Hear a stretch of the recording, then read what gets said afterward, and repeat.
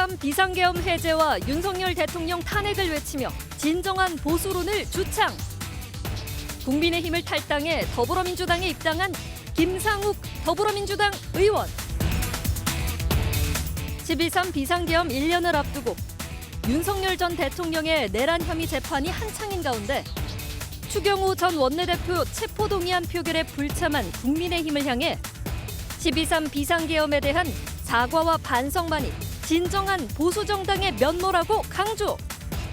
극우와 보수는 다른 개념입니다. 보수는 사회 공통 원칙을 지키는 거지만 극우는 대중을 선동하고 대중의 무지를 일으켜서 폭력적, 배타적, 혐오적 갈등을 유발하고, 그래서 제가 계속해서 집중 많이 했던 것이 보수라면 보수의 가치를 생각하시라. 김상욱 의원이 본 12.3 계엄과 내란 재판 상황 집중 분석합니다. 전 세계를 놀라게 하고 대한민국의 격변을 일으킨 12.3 비상계엄이 일어난 지 1년이 되어갑니다. 그 사이 우리나라는 어떻게 무엇이 바뀌었을까요? 더불어민주당 김상욱 의원과 얘기를 나눠보겠습니다. 김 의원님 안녕하십니까? 반갑습니다. 네, 오늘 지역구 울산에서 이거 스튜디오로 바로 오셨다고 하던데요. 네, 맞습니다. 네. 오늘 오전에 저희 지역구에서 민생 관련된 간담회나 저는 저희 지역구에서 일 열심히 하는 게 제일 중요하다고 생각합니다. 그럼요, 정보다 더 중요한 것이 당연하죠. 민생이거든요. 그래서 네. 이제 여러 민생 현안들, 오늘 어제 같은 경우는 통합돌봄 이제 시행법이 내년 3월 27일 시행 앞두고 있는데 관련된 현안 점검하고, 오늘은 또 저희 지역구에 옥동 군부지가 있습니다. 이 점과 관련해 이제 주민들의 의견을 좀 취합을 해서 네. 좀 행정이란 것이 공개적으로 시민들이 참여하고 감시 감독할 수 있어야 합니다.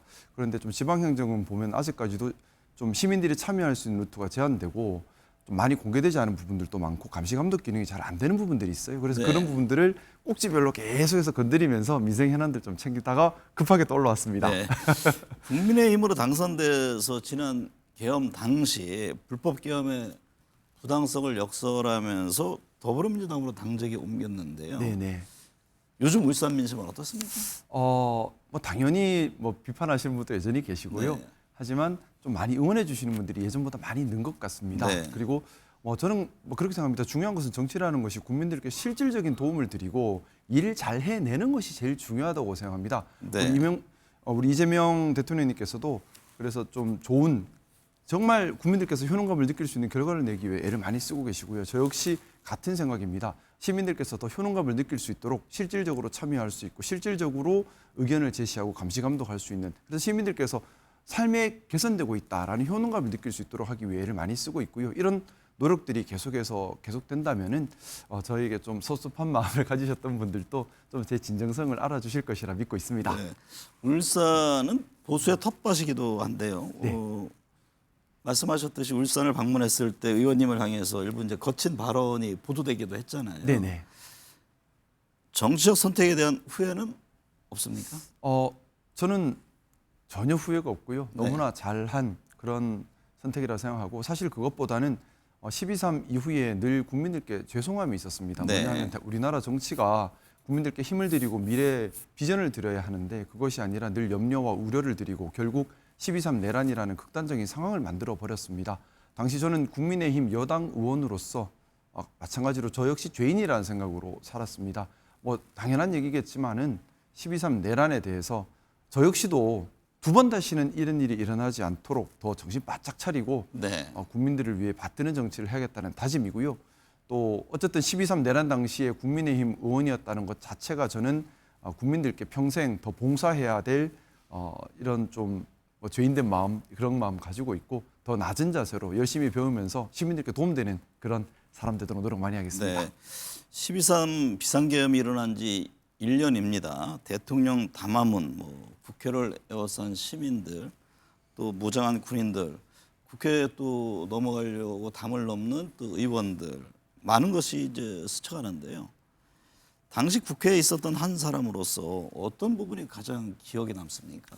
가장 기억에 남는 장면은 그 국회 본관 로텐도홀 쪽으로 계엄군, 무장한 계엄군들이 총을 들고 진입하고 있던 그 장면이었습니다. 네. 그때 저도 너무나 분개해서 큰 소리로 너희들의 여기가 어디라고 들어오느냐, 감히 여기가 어디라고 들어오느냐 하고 소리를 크게 질렀었는데 그 장면이 트라우마처럼 강하게 좀 각인된 것 같습니다. 네. 그래서 12.3 내란 이후에 제가 그날 그 장면만 생각하면 저도 모르게 참담하고 송구한 마음에 울컥울컥 눈물을 쏟게 됐었는데요. 네. 그때 그 장면이었습니다. 어떻게 민의의 전당 또 민주주의의 최후의 보루인 국회의 본관에 로텐더 홀 쪽으로 무장계엄군이 들어오는가, 그 장면이 잊혀지지가 않습니다. 네.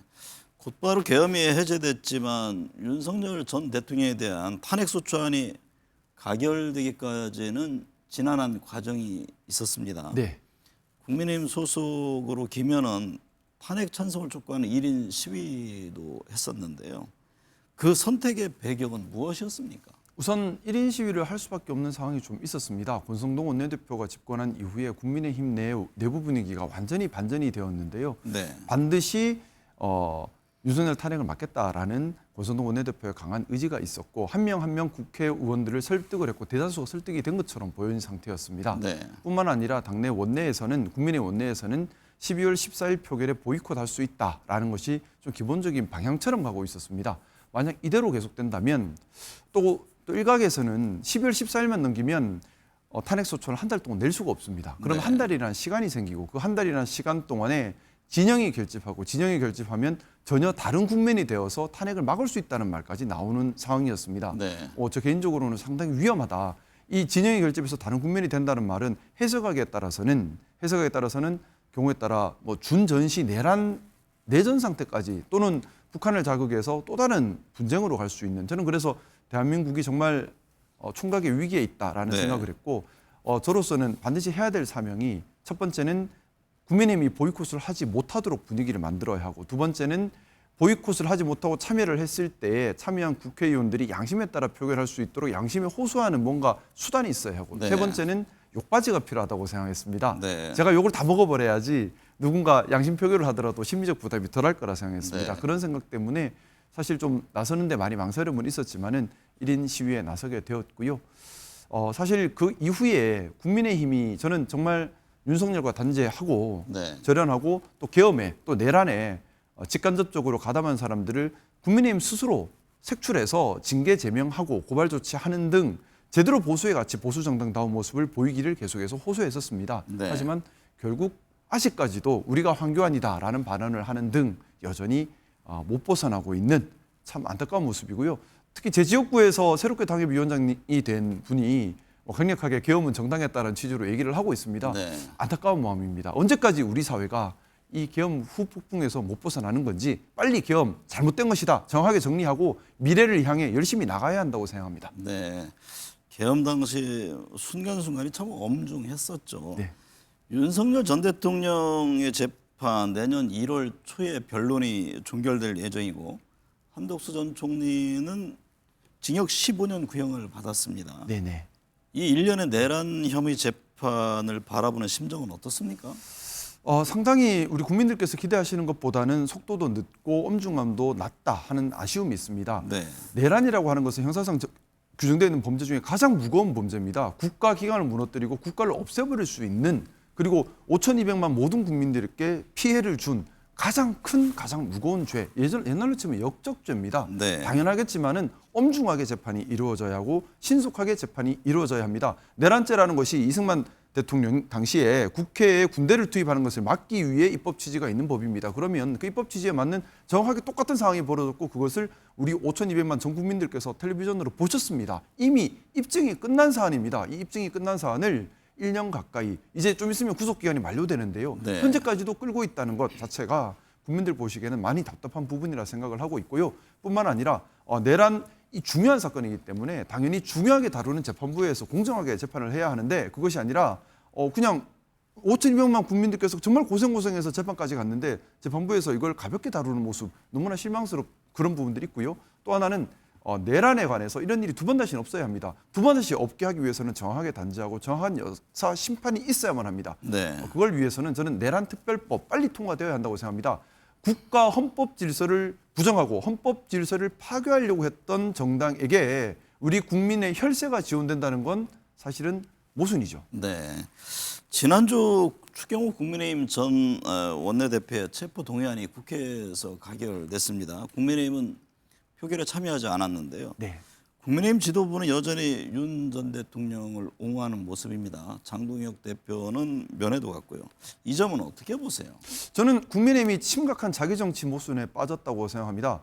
장동혁 대표나 이런 분들께서 윤석열 지금도 주장하고 있는 것이 윤석열을 정말 지지해서라기보다는 좋아해서라기보다는 옳다고 생각해서라고는 생각하지 않습니다. 그것이 네. 아니라 본인들의 자기 정치에 유리하니까 이용하고 있는 겁니다. 근데 그게 더 나쁜 거라고 생각합니다.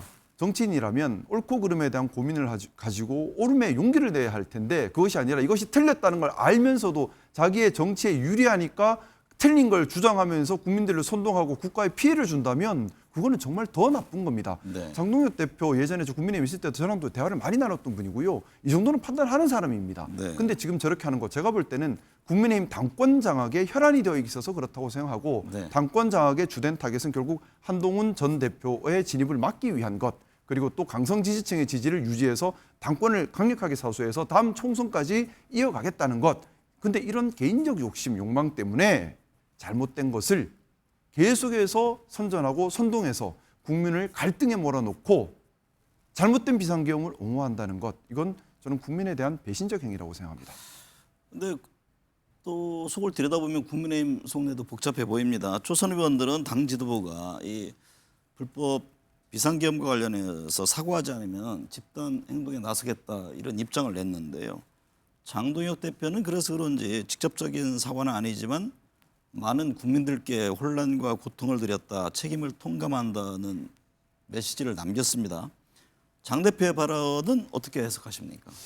계엄에 대한 사과가 없습니다. 그리고 말로 하는 사과는 의미가 없습니다. 네. 사과라고 하는 것은 진정성이 있어야 하고요. 피해자, 5,200만 국민이 피해자셨습니다. 5,200만 피해자인 우리 국민들 입장에서 정말 사과 같구나라는 생각이 들어야 사과인 것이지 네. 이건 내용도 없고요. 진정성도 없습니다. 저는 국민의힘이 사과를 한다고 한다면 국민의힘 스스로 당연하겠지만은 12.3 내란에 직접 간접적으로 관련돼 있는 자들을 색출한 후에 징계 제명 및 고발 조치에 적극 나서고 국민들께 두 번 다시는 12.3 내란 같은 행위를 하지 않겠다 다짐을 하고 네. 그리고 보수의 가치, 보수 정당이라면 보수의 가치가 뭔지에 대한 고민을 가지고 그걸 실행하기 위해 애를 써야 하는 겁니다. 그런 노력 하나도 없이 오로지 자기 정치, 카르텔 지키기에만 매몰된다면 보수 정당이라는 이름을 써서는 안 된다고 생각합니다. 보수의 적은 극우입니다. 네.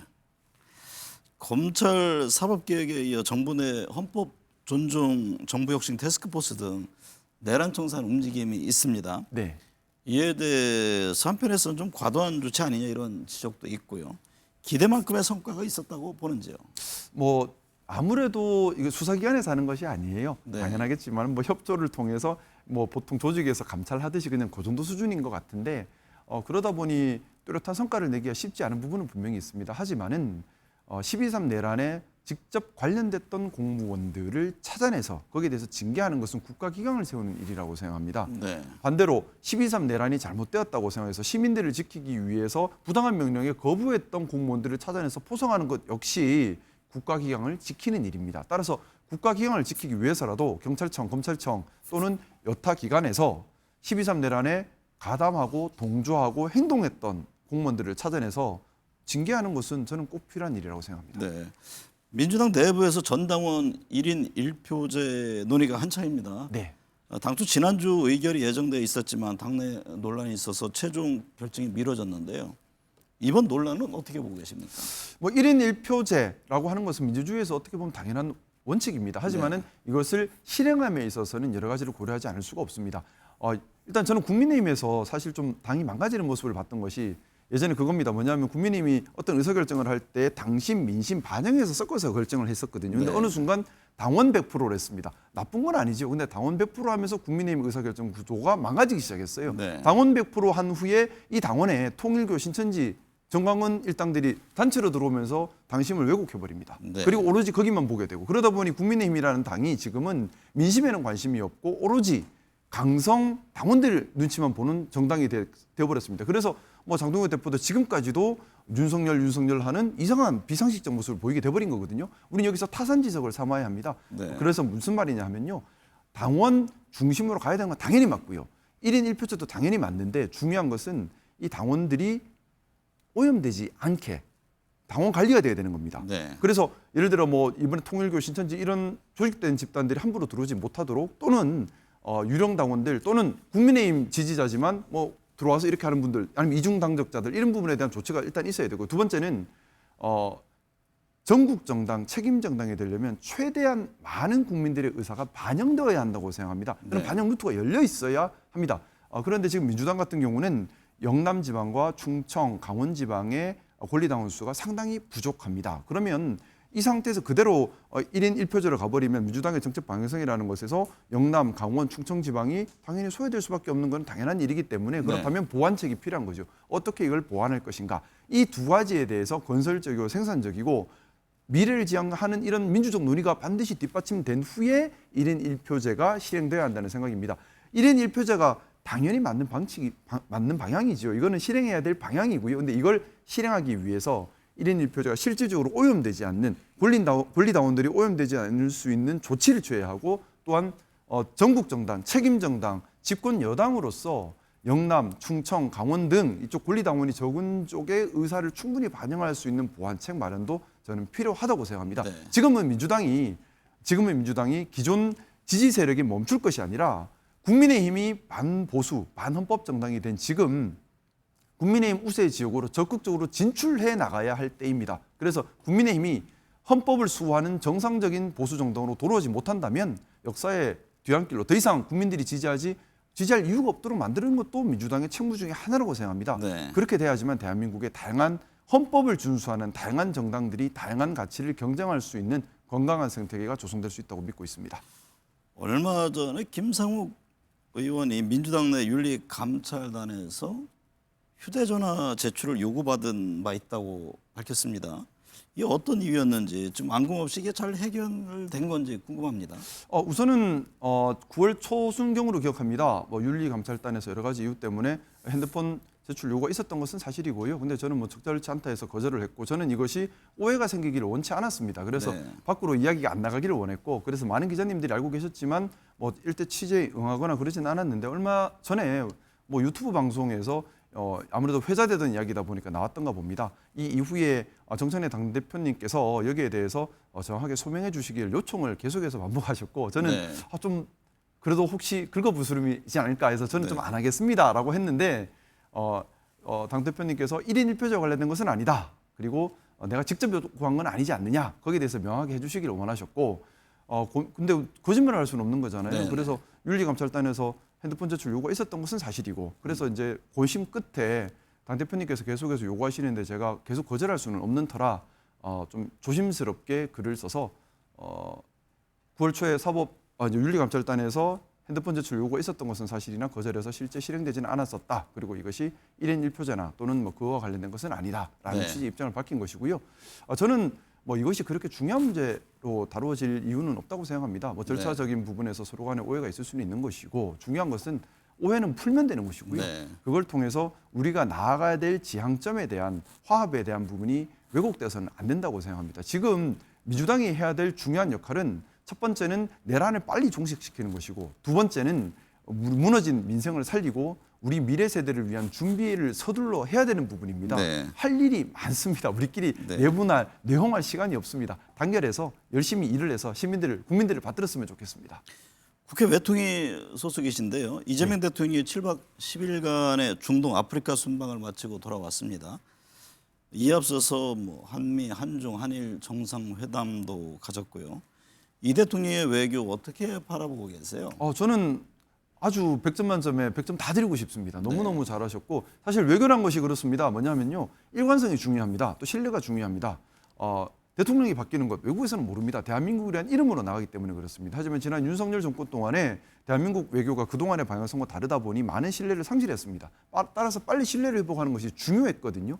외교라는 것이 크게 보면 양자 외교, 다자 외교, 또 한반도 외교로 나눠볼 수 있을 텐데 네. 양자 외교는 기본적으로 힘의 근간에서 끌려갈 수밖에 없습니다. 우리나라는 아무래도 국력이 약하니 미국이나 중국이나 이렇게 양자 외교에서는 늘 좀 수세에 몰릴 수밖에 없는데 이 수세에 몰렸음에도 불구하고 우리가 얻어낼 것을 상당히 많이 얻어낸 훌륭한 양자 외교를 했고요. 또 이 양자 외교의 힘을 보강하기 위해서 다자 외교는 기본적으로 규범과 모범 이런 규율이 중요하게 생각되거든요. 이 다자 외교에서 우리가 중심 국가가 됨으로써 힘을 얻어내야 되는데 그 역할을 APEC, G20 등을 통해서 상당히 많이 얻어냈다고 생각합니다. 네. 이 다자 외교에서 얻어낸 세계적인 영향력 또는 지도력을 통해서 앞으로 미국이나 중국 등 강대국을 상대해야 하는 양자 외교에도 상당한 도움이 될 수 있을 것이라고 믿고 있고요. 참 외교 어려운 상황이었지만 잘 양자 외교도 다자 외교도 잘 풀어가고 있고 이 양자 외교와 다자 외교에서 풀어낸 힘으로 한반도 외교 역시 잘 헤쳐나갈 수 있을 것이라 믿고 있습니다.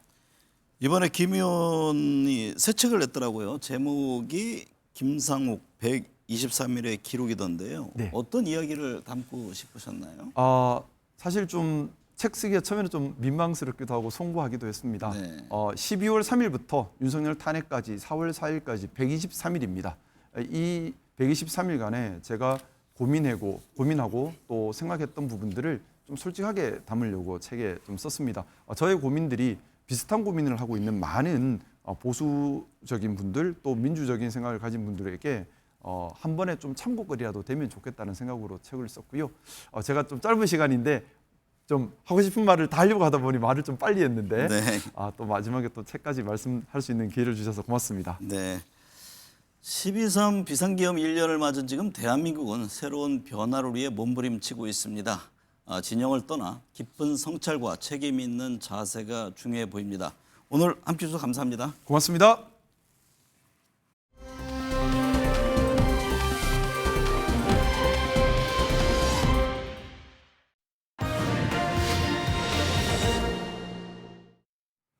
네, 정치권 현안 짚어봅니다. 서양호 시사평론가, 정호김 전 새누리당 의원, 김미연 RN서치 소장, 홍영식 한길 리서치 소장 나오셨습니다. 네 분 어서 오십시오. 안녕하세요. 서영호 평론가님, 네. 12.3 비상계엄이 사흘 뒤엔 1년을 맞이합니다. 비상계엄과 탄핵 이후 내부 혼선뿐만 아니라 외교 공백의 위기를 맞이했는데요.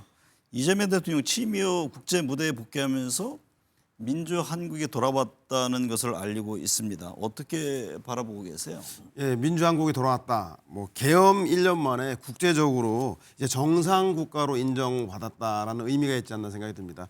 잘 아시겠지만 그 이재명 대통령 취임 12일 만에 G7 정상회의에 참석해서 그 의미를 목적을 분명히 밝혔는데요. 바로 계엄 위기로 처했던 한국 외교와 민주주의가 회복되었다라는 것을 분명히 알리겠다라는 그 목표로 취임하자마자 G7 정상회의에 달려갔습니다. 그 이후에 APEC이라든가 G20 정상회의를 통해서 한국이 이제 외교적으로나 국내 정치나 안정이 되었다는 걸 확실히 보여주고 있는 성과를 낸 것 같습니다. 네, 정우겸 전 의원님, 12.3 비상계엄이 외교가에 미치는 영향은 그만큼 치명적이었습니다. 계엄 선포 당시 조태열 전 외교부 장관이 대한민국의 70년 성취를 무너뜨리는 것이라면서 만류했다고도 하는데요. 비상계엄은 한국 외교의 신뢰 기반을 흔들어 놓기도 했죠. 네, 사실은 우리 대한민국이 굉장히 특별한 이유가 1945년 해방 이래로 자유민주주의와 경제발전을 동시에 성공시킨 유일한 나라라 해도 과언이 아닙니다. 그래서 유엔에서는 자본주의와 자유민주주의의 쇼케이스라고 했었거든요. 네. 그런데 21세기에 느닷없이 대통령이 계엄을 선포하는 상황에서 전 세계가 놀랬지만 또 한 번 평화적인 방법으로 다시 민주주의가 복관되는 모습을 보고 상당히 깊은 인상을 받은 것 같습니다. 단지 아쉬운 거는 이 계엄을 선포하는 과정에서 적극적으로 계엄을 반대했던 강요가 최상목 경제부총리라든지 네. 또 이를 강조한 조태열 외교부 장관 정도라는 것이 아쉽지만 결국은 지금 이렇게 복원된 가장 중요한 이유는 국민의 성숙도가 아닌가 생각합니다. 홍영식 소장님, 계엄 선포 권한을 한 개인에게 맡겨두기에는 그 후폭풍이 너무 크다는 걸 우리 모두가 확인했습니다. 제도적 통제가 필요한 이유인데요.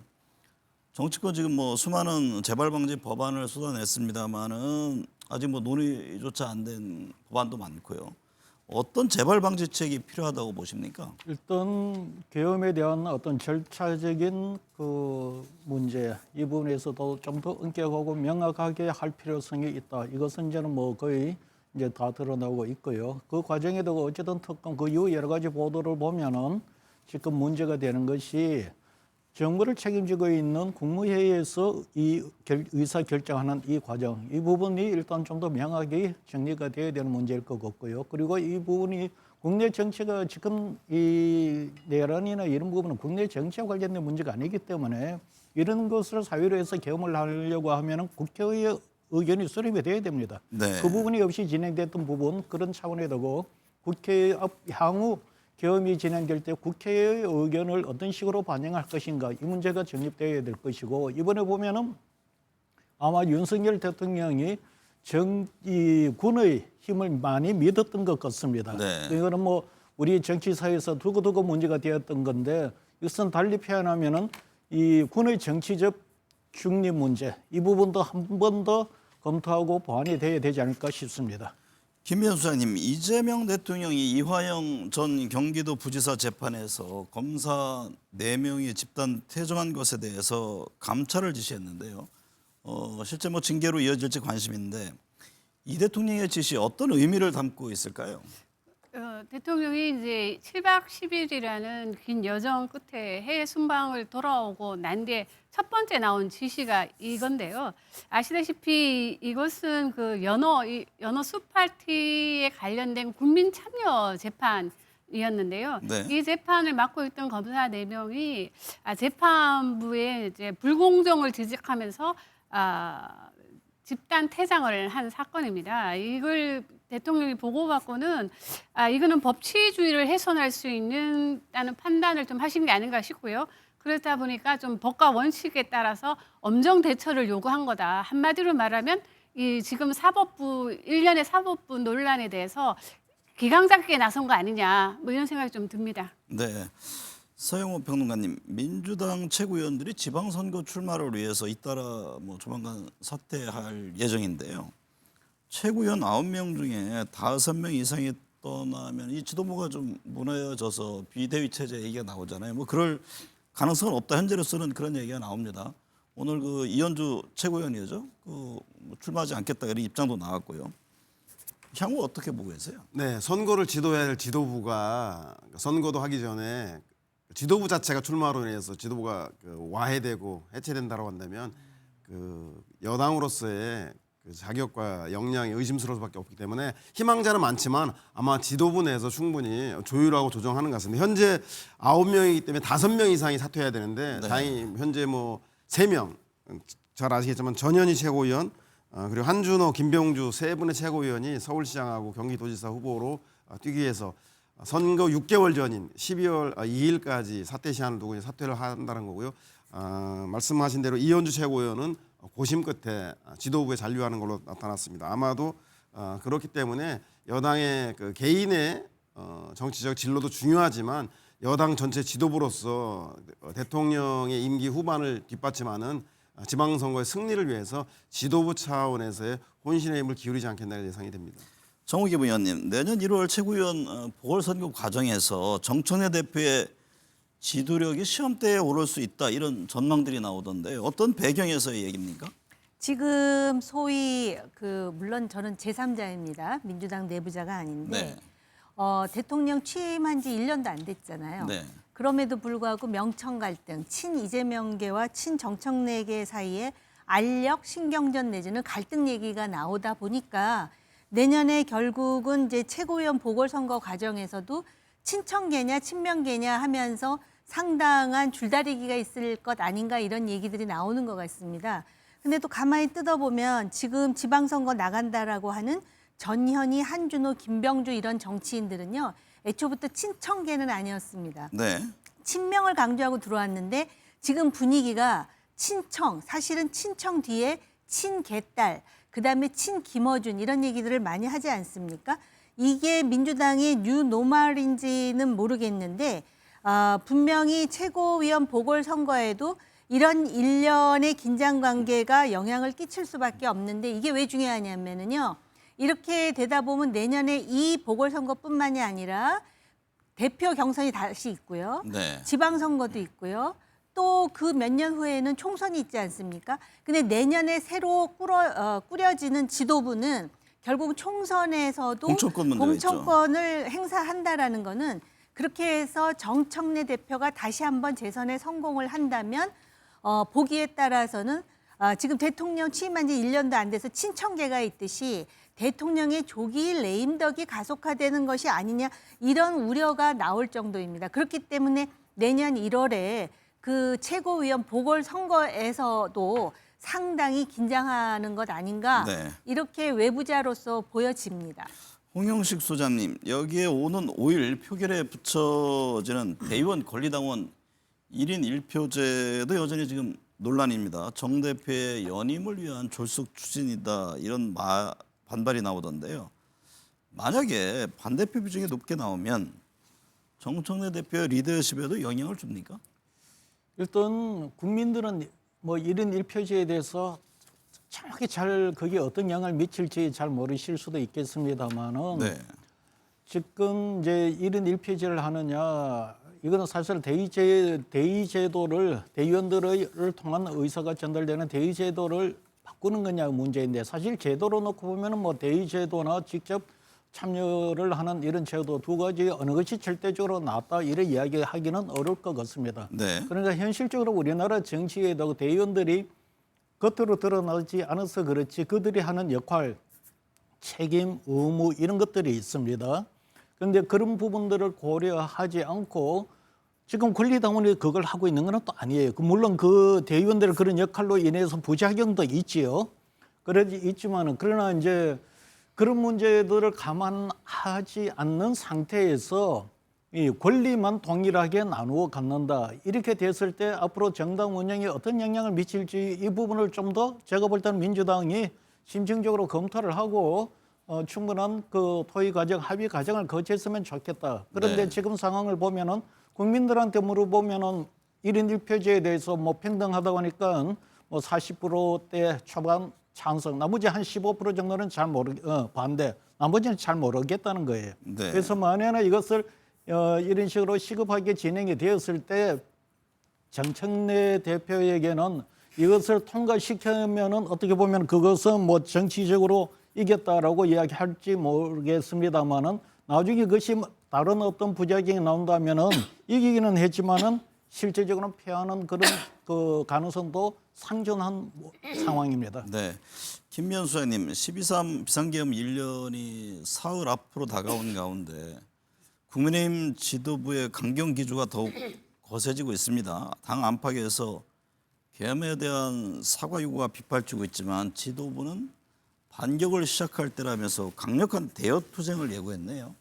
그렇습니다. 이게 뭐 이 표현을 좀 하면은 그러니까 좀 얼마 남지 않은 강경 보수층의 입장을 지금 지도부가 대변하고 있는 게 아닌가 하는 생각이 좀 드는데요. 그래서 아마 이런 메시지가 나온 것 같은데 제가 좀 살펴보면 진보층은 그동안 외연 확장이라는 두 번의 큰 기회를 맞이했었습니다. 그때 예를 들자면 노무현 전 대통령 그리고 안철수 의원의 등장으로 해서 강남 좌파, 소위 강남 좌파가 진보 진영에 유입되면서 상당히 진보 진영의 포지션이 상당히 넓어졌거든요. 반면에 보수층은 박근혜 탄핵을 기점으로 해서 한번 외연 확장보다는 분화를 했는데 이 분화돼서 나왔는 층들이 바로 소위 말하는 보수 아스팔트 계층인데 네. 이들의 계층은 이제 나온 여론사 결과를 쭉 살펴보면 60, 70대 그리고 특히 이 아스팔트 보수에서 가장 또 우리가 좀 주목해야 될 부분이 뭐냐면 그동안 정치에서 상당히 소외됐다고 생각했던 60, 70대들의 여성들의 적극적인 정치 참여입니다. 그래서 이들의 목소리가 상당히 높은데요. 이 한국갤럽이 이 역대 대통령들의 잘한 점과 못한 점을 평가할 때 윤석열 대통령이 잘했다고 응답한 사람 중에 가정주부라고 응답한 사람 중에 20%가 윤석열 전 대통령이 잘했다고 응답을 했거든요. 그런 네. 걸 감안해 봤을 때 이 정치에 적극 참여하고 있는 여성층, 60대, 70대 이상 여성층과 그리고 기독교 층의 그 강력한 메시지가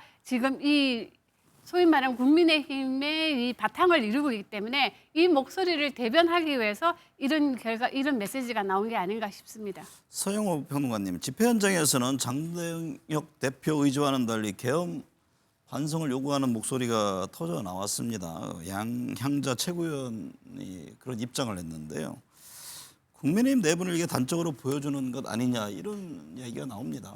그러게요. 이게 선거하면 원래 평소에 강경한 이미지 있는 사람들도 선거 시기가 다가오면 알고 보면 부드러운 남자라고 한다든가 아니면 예능에 출연하는 등 당이나 개인의 강성 이미지를 그 외연 확장을 확대하기 위해서 이렇게 애쓰는데 네. 국민의힘은 지금 약간 역행하고 있는 듯한 모습이 보입니다. 양양재 최고가 사과하니까 반성과 야유와 막 쓰레기가 던져지고 그리고 오히려 그 우리 장동혁 대표 같은 경우는 내란에 대해서 분명히 사과하기보다는 우리가 흩어져 갖고 계엄과 탄핵을 막지 못했다. 즉 계엄을 막아야 될 그 정도로 아주 우회적으로 인정하는 정도로 그쳤는데요. 이것은 아마 앞으로도 국민의힘의 분열의 양상들을 보여주는 단초라고 생각이 드는데 현재까지 내란을 둘러싼 입장과 태도에 따라서 초재선과 장동혁 주류가 갈등했다면 향후에는 아마 지방선거의 공천권, 당내 헤게모니를 둘러싸고 소위 말하는 그 우리 윤호계인 친장동혁계와 네. 그리고 친장동혁계의 비판적인 한동훈계 소장파들 그런 사람들 비주류 비장동혁계와의 갈등, 공천권과 당내 헤게모니를 둘러싼 그런 권력 투쟁의 양상으로 지방선거가 계기로 작용하지 않을까 그런 상황인 것 같습니다. 정우김 의원님, 계엄 사태 문제, 계엄 사과 문제를 두고 국민의힘 당 지도부와 지금 뭐 소장파들도 좀 의견이 부딪히고 있잖아요. 소장파에서는 사과를 요구하는 연판장까지 돌리겠다 그런 입장인데 향후 이 문제가 어떻게 흘러갈까요? 지도부 불신이 뭐 분당론으로 흐를 가능성도 있습니까? 없습니다. 네. 글쎄 제가 이렇게 단정하는 거는 좀 적절하진 못한데요. 없을 것 같고요. 소장파들이 좀 더 가열차게 네. 배지를 달고 있는 정치인이든 그렇지 않은 지역위원장이든 할 거면은 자신의 정치적 생명을 걸고 이게 왜 당의 지금 존립과 좌우되는 문제인지를 좀 설득하면서 호소하는, 그러니까 양양자 최고가 정말 쓰레기를 맞으면서 이렇게 이제 토로를 하는 그 용기 이상의 용기들을 좀 보여줬으면 좋겠다는 생각이 들고요. 당 지도부는 그렇기 때문에 사과를 안 하고 좀 더 강경 모드로 가겠다라는 입장인 것 같은데요. 네. 어차피 지난번에 뭐 사과 비슷한 얘기를 했는데 안 한 것만도 못한 상황이 되어버리고 말았습니다. 그러면은 안 할 거면 제가 볼 때 지금 무책임하게 매주 여론조사하는 거 보면은 지지도가 오르지 않습니다. 네. 그렇기 때문에 시한을 정하라. 그래서 지금 지방선거가 6월인데 내년 1월, 2월 초까지 자기들이 리더십을 발휘했는데도 그 20% 마의 20%를 넘지 못하면 네. 그땐 내려와야 되는 거 아닙니까? 지지자들을 생각해서라도. 근데 무슨 주장을 하냐면은 계엄 이전에 민주당의 그 이딴 탄핵 시도라든지 독선 때문에 민주당이 격한 표현을 하자면 못된 짓을 해가지고 계엄을 한 것이다 그러는데요. 이게 국민들 듣기에는 그럼 민주당이 못된 짓을 했으니 대통령이 더 못된 짓을 해도 이게 정당화가 된다는 소린가 이렇게 나오는 거 아니겠습니까? 네. 그리고 사과하라는 게요. 민주당에 사과하라는 게 아니에요. 국민들에게 사과하라는 거거든요. 그렇죠. 아니 국민만 바라보고 간다 그러면서 왜 그게 안 됩니까? 저는 그게 좀 이해할 수가 없고요. 지금 장동혁 대표의 이 사자후는 그 2020년 황교안 전 대표하고 거의 대동소이하거든요. 네. 근데 제가 답답한 거는 그때 겪어보지 않았습니까? 총선에서 대패했거든요.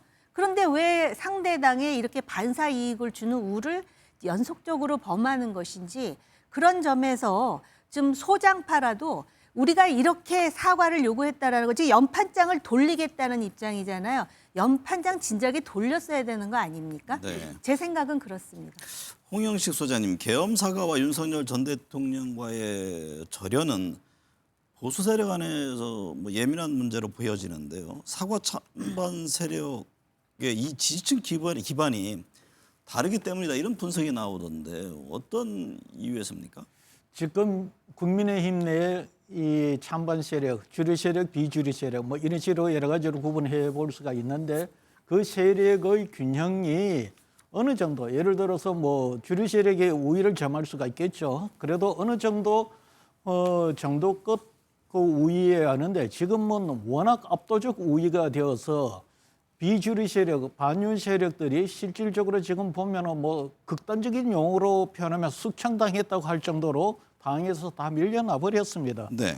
그래서 지금 그런 상황에서 당 대표도 친윤 적극 세력 지지층 중심으로 당 대표가 되다 보니 일단 당 대표 체제가 이 윤석열 전 대통령을 부정할 수가 없습니다. 그러다 보면은 그것이 겸도 사과를 할 수가 없습니다. 네. 어떻게 지금 해야 되느냐? 뭐 이걸 두고서 우리가 이야기를 해볼 수도 있지만 이미 장동혁 대표는 지금 3일 후면은 겸 1년이 되고 장동혁 대표 취임 100일이 지금 되는 시점에 되고 이 문제를 정리를 해야 되는데 지금 나오는 거로 보면은 이 겸과 탄핵에 대해서 이 잘못을 인정까지는 가지 않고 책임을 네. 통감한다는 정도로 이야기를 하고 있단 말입니다. 그래서 제가 보건대는 일단 그 이 해결책 사실 지금 국민의힘 지도부 체제로 놓고 보면 해결책이 없어요.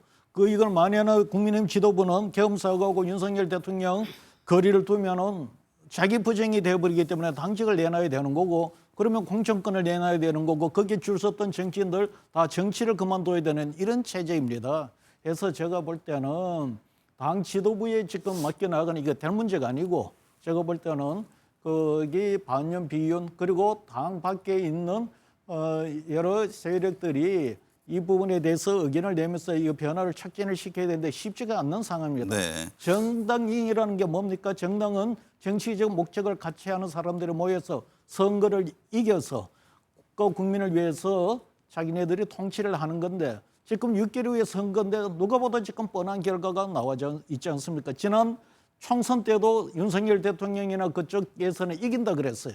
그 근거가 뭐냐면 정당 지지율에서 국민의힘이 민주당보다 좀 앞선다 그랬는데 그때 하나 놓쳤는 게 조국혁신당이 그때 한 10% 나왔어요. 이걸 합해서 봐야 되는데 그거를 고려하지 않고 이긴다고 이야기 받고 지고 나니까 그거를 부정선거로 몰아갔는데 지금은 어느 정도가 하면은요 이미 지금 정당 지지율에 되고 이 전번에는 국힘이 조금이라도 앞섰지만 지금은 15에서 20% 뒤져요. 네. 그러니까 지도부에서는 뭐라 그러면 그거는 전화 면접이니까 그렇지 LS를 다 따라잡았다고 하는데 우리도 지금 LS를 하고 있어요. 갤럽하고 똑같아요. 15% 정도 차이가 나요. 네. 저는 이 부분에 두고 진짜 정치를 하려면 선거에 이기려고 하는 절박한 마음을 가져야 된다. 이런 네. 말씀드리겠습니다. 김미연 수장님, 이런 가운데 국민의힘에서는 한동훈 전 대표와 친한계에 대한 조사를 시작했습니다. 비상계엄 1년을 앞두고 벌어진 국민의힘 집안 싸움에 한동훈 전 대표는 당을 퇴행시키는 시도가 안타깝다고 비판했는데요. 국민의힘 지도부의 움직임 어떤 배경으로 보세요? 저는 이제 프레임 전환으로 보여집니다. 지난 1년 동안은 이제 국민의힘 쪽에서는 이렇게 당이 이렇게 수세에 몰린 거는 전부 다 민주당 그리고 이재명 대통령 때문이라고 지난 1년 동안 공격을 했지만 그다지 효과가 없지 않습니까? 네. 이 정당 지지율을 보더라도 그렇다 보니까 이제는 내부 정리가 필요하다. 그래서 내부 정리를 위해서 이 한 명의 희생양이 필요한데 그것이 바로 이제 한동훈 전 대표가 아닌가 싶은 게 왜냐하면 이제 한동훈 전 대표 때문에 이제 뭐 다는 아니지만은 이게 국민의힘 일부 지지자 중에서는 이 국민의힘 윤석열 전 대통령이 계엄을 하게 된 동기에는 뭐 민주당도 있지만 한동훈 전 대표에 대한 감정도 있다고 생각하시는 분들이 있기 때문에 저는 그런 의미에서 이제는 민주당에서 한동훈 쪽으로 옮겨가려는 그런 프레임 전환이 아닌가 보입니다. 네. 정욱임 의원님, 만약에 한동훈 전 대표가 당원 당규를 위반했다면서 당원권 정지 같은 징계를 받는다면 향후 정치 활동에 제약을 받잖아요. 그러면 분당이라든가 어떤 또 다른 움직임으로 이어질 가능성도 있습니까? 그럴 동력이나 있을까 싶은 생각이 드는데요. 네. 일단 국민의힘 자체가 위기인데 당 내에서 주도권을 가지고 권력 투쟁을 하는 상황 아니겠습니까? 네. 근데 분명한 거는 당의 주류라고 하는 사람들이나 친한계라고 하는 사람들 그리고 그 지지자들은 전부 우파 지지자들이에요. 근데 자기네들끼리 진영이 나뉘어져 있거든요. 네. 근데 당원 게시판과 관련해서 좀 오래 묵은 문제이긴 하지만은 한동훈 전 대표가 직접 당원 당규를 위반했다라는 이 입장이 맞는 것인지 아니면은 그 가족 중에 누가 아니면은 한동훈이라는 이름을 걸고 제3자가 누가 이거에 대해서 아직 분명히 밝혀진 게 없지 않습니까? 그런데 제가 생각할 때 한동훈 전 대표는 그 사실관계는 좀 알 것 같아요. 네. 그럼 이런 상황에서 한동훈 대표가 얼마나 명징한 사람입니까? 예를 든다면 대장동 항소 포기도 그랬고요. 지난번에 론스타도 그랬고요. 아주 분명하고 간결 명확하게 상황을 설명할 수 있는 사람이잖아요. 그러면은 이것이 자신에게 유리하든 불리하든 좀 설명을 했으면 좋겠어요. 제가 생각할 때 당원 게시판에 대해서 한동훈 대표의 입장이라는 게 상당히 애매합니다. 네. 근데 그렇게 애매해가지고는 장동혁계와 그 한동훈 전 대표를 좋아하지 않는 그 주류 세력이라고 하는 사람들이 이걸 끝까지 활용하지 절대로 넘어갈 상황인 것 같지 않거든요. 그래서 저는 오히려 지금 뭐라 그랬냐면 한동훈 전 대표가 당을 퇴행시키는 시도가 안타깝다라고 제3자처럼 말하는데 본인에 대한 징계를 하겠다는 거 아닙니까? 네. 그러면 이 상황은 당원 게시판 문제는 전후 좌우가 이렇게 돼서 이런 상황이었다라고 오히려 국민들한테 설명하고 그 심판을 그 당의 주류로부터 받지 말고 국민들로부터 평가받는 하나의 계기가 만들어져야 될 것 같습니다. 그렇게 네. 함으로써 한동훈에 대해서 이거는 한동훈이 정치를 못할 만큼의 치명타가 아니다라고 뭐 평가하는 얘기가 나올 거 아니에요. 그렇게 해서 다시 일어서지 않으면 계속해서 한동훈을 가장 경계하는 장동욱 대표로서는 이번에 이 징계 수순을 계속 밟아가면서 뭐 친한계가 어떻게 말하든 말든 자기의 계획을 옮겨갈 가능성이 있고 그 자체가 당으로서는 결코 바람직하지 않은 선거를 앞두고 그런 결과로 지리멸렬하는 상황까지 올 수 있다 이렇게 보여집니다. 이준석 개혁신당으로의 변화 움직임은 어떻습니까? 글쎄요, 제가 볼 때 이제 한동훈계라는 사람들하고 이준석계가 그 주장하는 바라든지 비전이나 또는 이념 정향은 매우 그 유사한 점도 있지만 케미가 잘 안 맞는 그러한 또 측면이 있습니다. 근데 사실은 이 상황 정도 되면은요, 케미가 중요한 게 아니고 노선과 세력이 중요한 거거든요. 그런데 정치를 옛날에 그런 어떤 우리가 생각할 때 걸출한 한국 정치인들 있잖아요. 그런 쿤수를 두지 않고 자잘하게 지금 졸로만 왔다 갔다 하는 것 같다라는 생각이 들 정도입니다. 어쨌든 이준석 대표는 선을 그었죠. 어쨌든 현재까지는. 김미연 소장님, 그 비상계엄 당시 계엄 해제 표결을 방해한 혐의를 받는 추경호 국민의힘 전 원내대표 구속 여부 12월 3일 결정되는데요. 민주당은 추경호 의원의 구속 여부와 맞물려서 지금 공세 수위를 끌어올렸습니다. 구속되면은 정당 해산 요구까지 몰아칠 가능성을 내비쳤네요. 그렇습니다. 이게 아주 그냥 아주 중대한 범죄 행위입니다. 왜냐하면은 계엄을 해제하는데 방해한 게 아니냐는 지금 그런 의혹이 있거든요. 그렇기 때문에 만약 이제 구속이 된다고 해서 이 의혹이 다 사실로 밝혀지는 건 아니지만 만약 구속이 된다면 같이 있던 다른 의원들, 다른 국민의힘 의원들에 대해서도 수사가 불가피하고 그렇다면 기소도 불가피하지 않겠냐. 그렇게 되면 위헌 정당으로서 해산을 해야 된다는 그 요구가 높아질 거라는 건데요. 저는 이거는 좀 더 두고 봐야 될 문제가 아닌가 싶은데 네. 위헌 정당을 민주당에서 이렇게 들고 나오는 거는 국민들 입장에서 보더라도 저는 그렇게 좋은 건 아니라고 보여집니다. 왜냐하면 네. 이 위헌 정당 이런 거는 명확한 증거도 나와야 되지만 어쨌든 국민적 판단이 좀 먼저 있어야 되는 문제이기 때문에 저는 이거는 좀 더 두고 봐야 될 문제가 아닌가 싶습니다. 서영호 평론가님, 민주당은 추경호 전 원내대표 구속 여부와 상관없이 사법개혁 입법을 예산국회 직후 열리는 12월 임시국회에서 통과시키겠다 이런 강경한 입장이죠.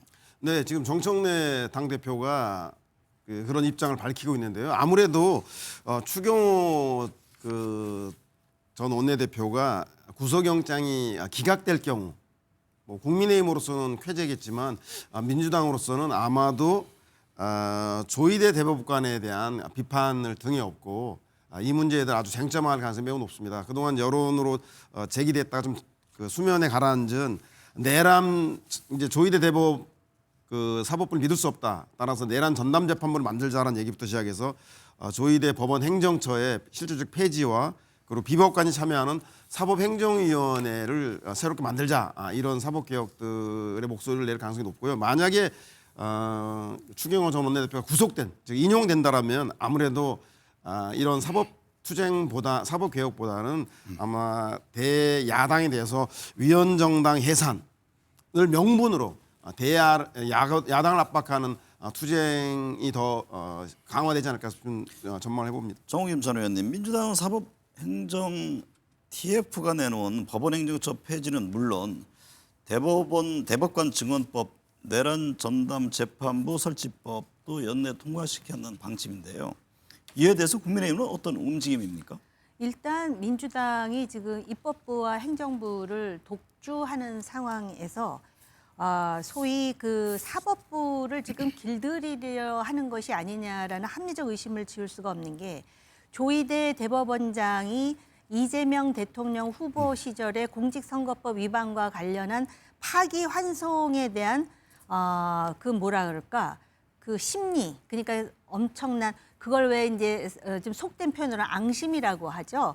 이런 것들에 대해서는 당과 대통령실이 거의 의견이 일치하는 게 아니냐라는 의심을 하는 목소리도 네. 상당히 많습니다. 그래서 사법부 개혁이라는 이름으로 지금 말씀하셨듯이 사법행정위원회, 그다음에 대법관을 증언하겠다, 내란 전담 재판부를 설치하겠다 해가지고 소위 국회에서의 수의 우위를 무기로 해서 이거 연내 통과시킨다라는 것이고, 국민의힘에서 비판은 하지만 우리가 조금 전에 국민의힘의 그 복잡한 내부 사정에 대해서 그 이야기하지 않았습니까? 네. 그런데 사실은 아직 그 소위 특검과 관련해서 1심 재판 결과가 나오지 않았는데, 지금 민주당으로서는 내란이 아직도 끝나지 않았다라는 정치적 분위기를 만드는 것이 당장 6개월 후에 지방선거라든지 앞으로 계속해서 이 전국을 주도하는데 유리하다라는 판단을 하는 게 아닌가. 그러다 보니까 추경호 전 원내대표가 만약에 구속영장이 기각되면 이거는 영장 판사가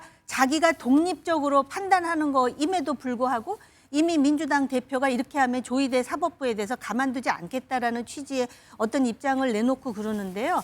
제가 볼 때 이게 지금 많은 이론가들이 21세기의 민주주의 위기가 바로 합법적인 틀 속에서 이런 식으로 오만과 독선을 행하는 것이다라고 이미 경종을 울린 바가 있는데, 그래서 제가 볼 때 국민의힘은 빨리 사과를 하고 이런 부분에 대해서 대한야당으로서 명징하게 지적을 하고 제기를 하면서 그 야당의 모습을 보여줘야 되는 것이다 라는 당이론을 다시 한번 네. 말씀드릴 수 있습니다. 홍 소장님, 검찰이 국민의힘 의원들이 무더기 유죄 판결을 받은 국회 패스트트랙 충돌 사건과 관련해 항소를 포기하면서 대장동 항소 포기 논란이 동력을 잃어가는 모습입니다. 대장동 항소 포기 당시 이런저런 목소리를 했던 검사들이 지금 잠잠하던데, 국민들은 검사들의 이 같은 이중적인 태도를 어떻게 바라볼까요? 국민들한테 검찰이라 그러면 어떤 이미지를 비칠까요? 제가 볼 때는 아마 많은 사람들한테 세상에 무서울 게 없는 사람들이 검찰일 겁니다. 검찰이 뭐가 이래 무서운 게 있을까요? 그러다 보니까 우리가 검찰이 뭔가를 무서워하는 것을 두고서 우리가 정치검찰 이야기를 하지 않습니까? 사실 검찰이라는 건 이 수사를 하고 기소를 하는 이런 어떤 그 과정들이 법의 어떤 그 법입이 만들어지는 취지, 그리고 법의 정신에 따라서 그것을 다루고, 그리고 국가 국민을 내 앞에서 부끄럼 없이 집행을 한다면 세상에 부끄러울 게 두려울 게 뭐가 있겠습니까? 그러나 어쨌든 한간에 근저에 특히 노무현 대통령 때부터 이제 그것이 쟁점화가 되었는데 정치 검찰 이야기가 나옵니다. 정치 검찰이 뭡니까? 정치적 상황에 따라서 정치적 고려를 해서 이 법을 집행하는 과정에 두고 이런 부분들이 그런 이미지를 쓰게 되는데, 사실 네. 정치 검찰이라고 했을 때 우리가 거기에 대한 지적적인 이 증거는 쉽지가 않습니다. 그러나 오늘 이런 사례를 보면은 전형적인 정치 검찰의 어떤 그 행위태가 아닌가. 네. 뭐 상당히 국민들로 봐서는 부정적으로 비춰지겠죠. 네. 김비연 수장님, 지방선거 이제 6개월 남았잖아요. 지금 여야 움직임 분주한데 결국 이제 서울시장, 경기지사에 대한 관심이 쏠리고 여권에서는 총리, 뭐 강훈식 비서실장 차출론 얘기가 나오는데 어떻게 보고 계세요? 저는 전혀 가능성이 없다고, 물론 예단할 수는 없지만 전혀 가능성이 없어 보입니다. 왜냐하면은 김민석 총리의 지금 행보를 보면은 아주 큰 꿈을 꾸고 있는 것 같아요. 김민석 총리 입장에서는 약 한 3년 정도는 총리를 하고 싶어 하는 것 같아요. 네. 한 3년 정도 하다가 그다음에 한 1년 정도 당대표 하다가 차기 대선으로 직행하는 그런 지금 모양새를 지금 취하려고 하는 것 같고요. 강훈식 비서실장 같은 경우도 대통령이 상당히 지금 역할을 주고 있지 않습니까? 해외 네. 특사로 나가서 많은 견문을 넓히도록 상당히 지금 기회를 좀 주고 있는 걸로 보여지기 때문에 저는 이 두 분을 차출해서 내보낸다는 거는 국민들도 원하지 않을 것 같아요. 그렇기 때문에 저는 이거는 그냥 예단할 수는 없지만 불가능한 일이라 생각합니다. 홍영식 소장님, 그런 가운데요. 강원도 표심도 심상치 않다 이런 얘기가 나오던데 지난 대선에서는 강원 표심은 김문수 당시 국민의힘 후보였는데 내년 지방선거 갤럽 여론조사를 보면 민주당 내 강력한 강원지사 후보 중에는 김진태 지사의 우위를 보이기도 한다면서요. 일반적으로는 그렇게 뭐 보는 시각도 있는데 제가 보건대는 그렇습니다. 뭐 전체 판세 분석에도 그렇고 이 국민의힘은 현역만 사수를 하면은 성공이다 이런 취지로 강원도를 이기기를 바라는 희망사항도 있습니다. 그러나 제가 볼 때는 쉽지 않을 거로 보는데 두 가지 이유입니다. 하나는 강원도도 제가 볼 때는 이미 수도권의 광역화 현상에 의해서 관서 지역 인구가 아마 3분의 2쯤 될 겁니다. 이쪽은 네. 수도권의 그 정사하고 비슷해져 가고 있고요. 두 번째 그 중에서 지금 예를 들어서 다른 의미로 모르겠습니다만은 전 도지사를 했는 이광재를 넣으면은 이 현 도지사의 어떤 도지사 프리미엄이 없어집니다. 그래서 지금 뭐 가성대결에서 보면은 벌써 이광재 의원이 앞서는 거로 나오는 전 의원이 앞서는 게 나오는데 제가 볼 때는 이 국민의힘이 강원도를 이긴다. 우위다 이렇게 단정적으로 이야기 어려운 지역입니다. 네. 정우겸 의원님, 일각에서는요 국민의힘이 내년 지방선거에서 완전히 소멸할 수 있다 이런 뭐 극단적인 이야기까지 나오던데 지금 어떻게 보고 계세요? 이제 국민의힘의 앞서 이제 변화를 계속 강조하셨는데. 네, 바로 변화가 안 되니까 네. 그 우파의 대표적인 그 평론가라고 할 수 있는 조갑재 닷컴의 조갑재 대표 같은 분이 소위 대구나 경북을 제외하면은 스스로 소멸할 것이다 이런 예언까지 내놓고 있을 정도로 지금 암울하다라는 것이죠. 여론조사하면 지지가 잘 안 나오니까요. 네. 그런데 이제 서울 같은 경우도 보면은 서울도 중도층이 많고 또 계엄이라든지 탄핵 반대에 대한 비판 여론이 높고 또 출향민들이 많고요. 서울, 경기, 수도권이 그렇지 않습니까? 네. 그렇기는 하지만 이제 서울 같은 경우는 당장 자신들의 이해와 직결되는 예를 든다면 부동산 정책이 상당히 지금 다른 정치 이슈에 가려져 있지만 서울 사람들 부글부글하는 사람들이 굉장히 많거든요. 네. 그런데다가 삶의 질이 과연 향상되었느냐. 또 주가가 오른다고는 하지만 불확실성이 늘어나고 있는 상황이고요. 그런데 이제 서울에서 그러면은 국민의힘에서 누굴 후보로 내세울 것인가 해서 서울까지도 완전히 뭐 지금 그 소멸될 것이다라고 예단하는 것은 아직 이른 상황이다. 그래서 지금 이렇게 그 일각에서 말하는 거는 국민의힘 분발하라는 그렇죠. 경각심을 경고라고 봐야 가져라 되겠죠. 이런 의미겠죠. 네네. 특검 상황 좀 살펴볼까요? 김미연 수장님, 내란 재판이 지연되면서 윤석열 전 대통령이 1심 선고 전에 구속기간 만기로 풀려날지 모른다 이런 우려가 나오고 있던데 가능성 있는 시나리오입니까? 그래서 뭐 하나로 일례로 본다면 지금 뭐 구속 기간 만료가 1월 18일이니까요. 1심 결과가 지금 1월 18일 전에는 나올 수가 없습니다. 아마 2월 중에 나오기 때문에 불구속 상태로 나오는 불구속 상태가 되는 거 아닌가 하는 그런 우려가 지금 있는 건 사실인데요. 그러다 보니 특검이 지금 추가 구속을 하겠다고 지금 합니다. 저는 그리고 만일 지기현 재판부에 의해서 윤석열 전 대통령이 한번 풀려난 경우가 있기 때문에 이번에 또 지기현 전 재판부의 어떤 뭐 고의는 아니겠지만 지연 재판이 자꾸 늘어지면서 결과가 늦게 나오는 거에 대해서 이번에 또 풀려난다면 국민들은 이 사법부에 대한 불신이 지금도 엄청 큰데 많이 더 높아질 걸로 보여집니다. 네. 정우겸 의원님, 계엄 1년을 앞두고 윤 전 대통령이 극우 유튜버인 전한길 씨에게 옥중 편지를 보냈습니다. 전 씨를 하나님의 대한민국에 보낸 선물이라면서 고난당한 것이 내게 유익이라는 구절까지 썼는데 어떤 배경이 있다고 보세요? 지금 아마 본인을 지지하는 그 분들이 강성 그 기독교도들을 중심으로 해서 본인에 대한 애정을 아직 그 포기하지 않고 있다라는 자기의 어떤 그런 희망적 관측이 작동하는 것 같습니다. 근데 이제 그런 논리로 보면은 뭐 건진법사도 있었고 천공도 있었고 심지어는 통일교 총재도 있었지 않습니까? 네. 모든 종교가 그렇게 본인에 대해서 그 선물처럼 뭐 여러 가지 그 해프닝들이 있지 않았습니까? 그럼에도 불구하고 본인이 국정 운영을 스스로가 잘못해가지고 민주당으로 하여금 엄청난 반사 이익을 얻게 만든 장본인이 윤석열 전 대통령인데 이런 상황에서 아마 이제 강성 기독교인들이 유일한 희망이요 또 출구라고 생각하는 것 같은데 이것도 참으로 역설적인 것이 과거에 박근혜 전 대통령에 대한 특검의 주역이 윤석열 전 대통령이었는데 네. 그 당시에 박근혜 전 대통령에 대한 애정을 굉장히 그 끝까지 놓지 않았던 사람들이 강성 기독교인들 태극기 부대 아니었습니까? 그렇기 때문에 오히려 이러한 그 지지자들의 어떤 그 순수한 마음을 자신의 정치적 이해에 의해서 이렇게 활용하려 하기보다는 지금은 이런 상황을 만든 것에 대해서 일단 보수 지지자들 그리고 국민들에 대해서 좀 참여하는 심정을 가져야 되는데 재판하는 과정을 보면은 아직 그 경지에 이르지 못한 것 같아서 매우 안타깝습니다. 서영호 평론가님, 네. 계엄 1년이 되었지만 핵심 의혹들이 다 밝혀지거나 관련자가 처벌을 받지 않은 상황입니다. 향후 어떤 과정이 필요하다고 보세요?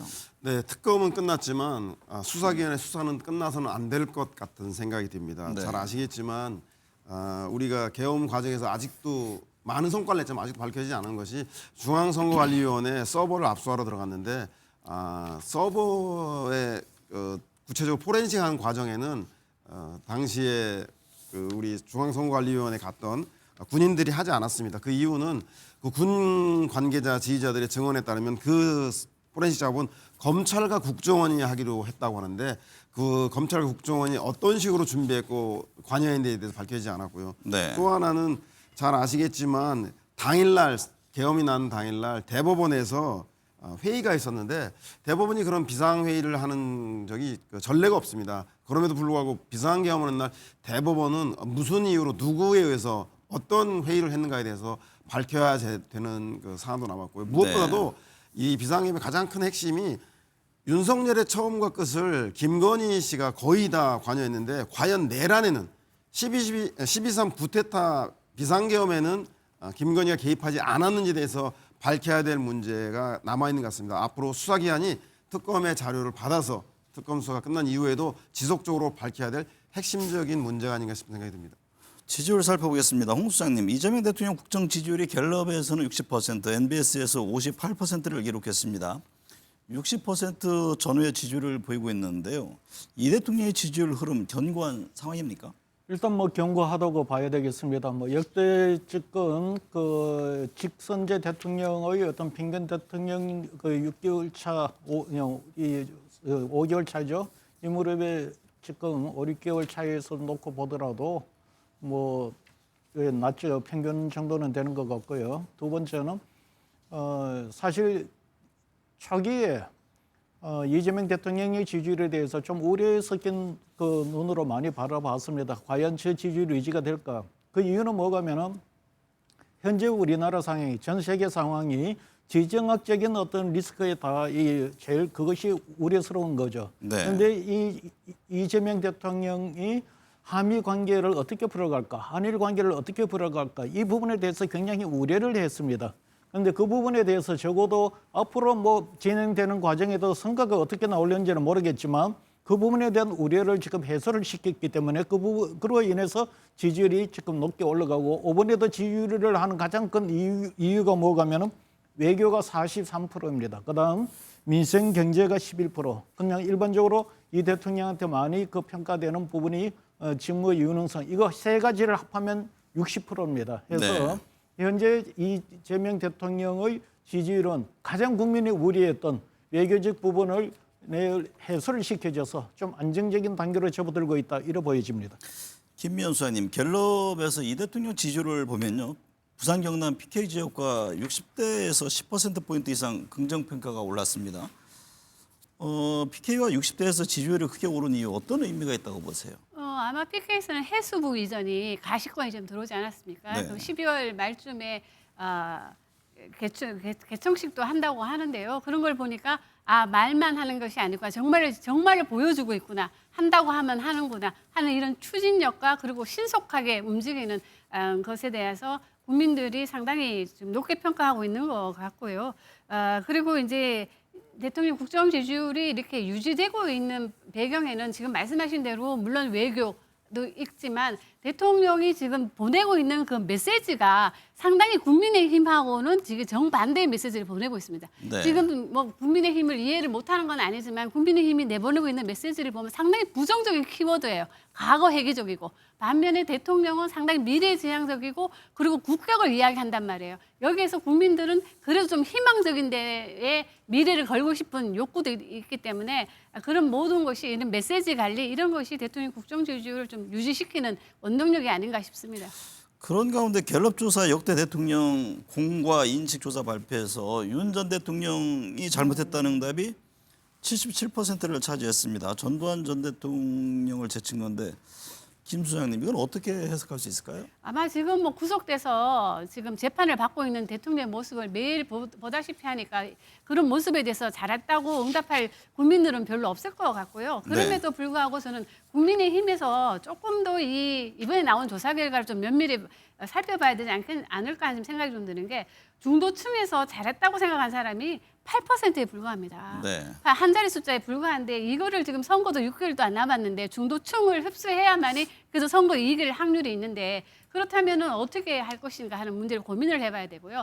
그동안 민주당, 국민의힘이 많이 이야기했던 게 20대 남성들의 보수화로 인해서 우리가 지금 잘하고 있다 얘기하는데 지금 갤럽이 11월 달 종합 통계를 낸 거를 보니까 20대 남성에서는 이재명 대통령에서 잘하고 있다는 응답이 45%더라고요. 평균적으로. 네. 그런 거를 감안해 봤을 때 국민의힘은 이재명 대통령의 못하기를 바라면서 반사이익을 하자기보다는 제 개인적으로는 차라리 내란에 대한 사과도 물론 해야 되지만 선제적으로 다시는 내란이 일어나지 않도록 어떠한 법적 절차를 우리가 선제적으로 하겠다 하고 나서는 것이 더 좋은 것이 아닐까 이런 생각이 좀 듭니다. 서영호 평론가님, 민주당 개업 1년 동안 내란 청산을 외치며 개혁에 속도를 냈는데요. 강성 지지층의 호응은 얻었지만 중도 민심을 잃은 것 아니냐 이런 지적이 있기도 했잖아요. 그 점은 어떻게 보세요? 그렇죠. 원래 정부 여당이 원래 그 18번이 물가, 경제, 부동산 이런 걸 통해서 국민들로부터 지지를 받는 것이 가장 중요한 것입니다. 그런데 이렇게 내란 청산 문제에 집중할 수밖에 없는 게 국민들도 잘 아시다시피 우려스러운 상황들이 한두 번이 아니었지 않습니까? 조희대 대법원장의 대선 개입으로 멀쩡한 대선 후보가 고법으로 그 유죄 취지의 파기환송을 되면서 대법원이 왜 국민들이 선택할 대선에 개입하느냐에 대한 문제도 있었고 또 직위원 재판부에 알 수 없는 윤석열 대통령의 구속 취소 결정이라든가 또 특검이 그 구속영장을 청구한 것 중에서 재판부가 50% 정도밖에 그 구속영장을 발부하지 않은 문제 등 이런 문제 때문에 아마도 내란 청산에 대한 아주 민주주의 위기, 헌정 중단의 이 위기에 대한 문제가 무엇이냐에 대해서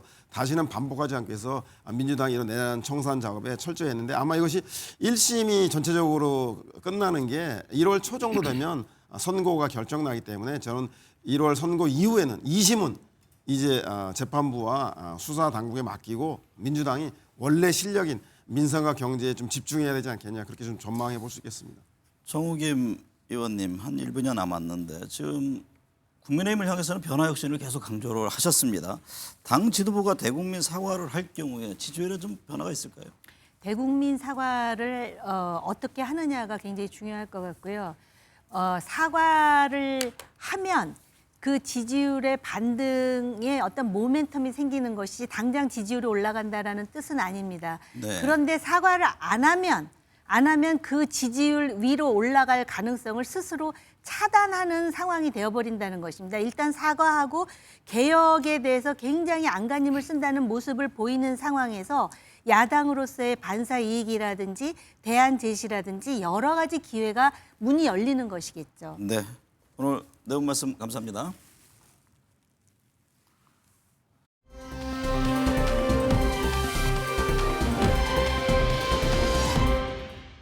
12.3 비상계엄 사태가 발생한 지 1년이 됐습니다. 비정상적 통치자에 의해 한순간에 국가 질서가 무너지는 것을 목격한 시민들은 정권 교체 이후 새로운 대한민국을 위해 노력하고 있습니다. 하지만 그 길이 순탄치만은 않습니다. 비상계엄 1년이 지난 지금도 온갖 궤변을 통해 내란 세력을 옹호하는 이들이 존재합니다. 상식과 정의, 민주주의는 완성체가 아닌 시민들의 눈을 부릅뜨고 늘 지켜내려는 노력이 수반돼야 합니다. 어떻게 민주주의는 무너지는가의 저자인 스티븐 레비츠키 하버드대 교수는 심각한 정치적 양극화 등을 지적하며 한국의 민주주의 위기가 완전히 회수된 게 아니라고 최근 지적한 바 있습니다. 계엄의 강을 건너 국민 통합의 과제, 내란 극복 과정에서 보여준 시민들의 깨어있는 정신만이 해결해 나갈 수 있습니다. 시청해주신 여러분 감사합니다.